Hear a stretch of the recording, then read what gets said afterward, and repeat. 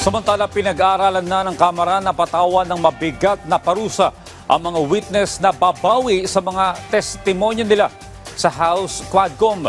Yan ang ulat ni Noel Talakay.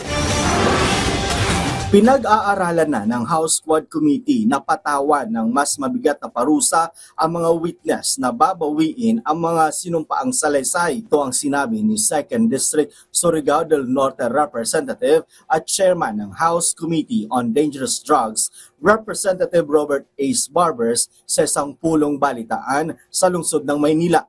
Sa Quadcom, we will probably recommend a much stiffer penalty sa perjury.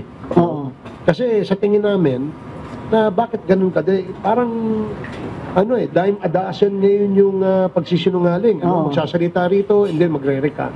Maaari niya silang humingi ng tulong sa Supreme Court kung ano dapat ang pwedeng maging pinakamataas na kaparusahan sa isang abogado ng isang witness na babawiin ang kanyang testimonya sa isang congressional inquiry.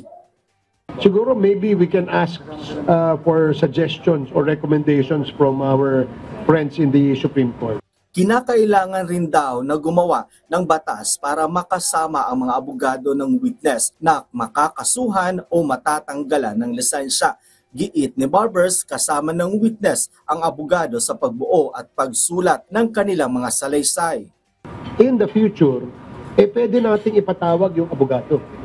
Bakit? Ikaw ang witness dyan, ikaw ang umalalay dyan, ikaw ang gumawa ng testimonya niya. But ngayon, binabawi niya. So may kinalaman ka sa kanyang pagbawi.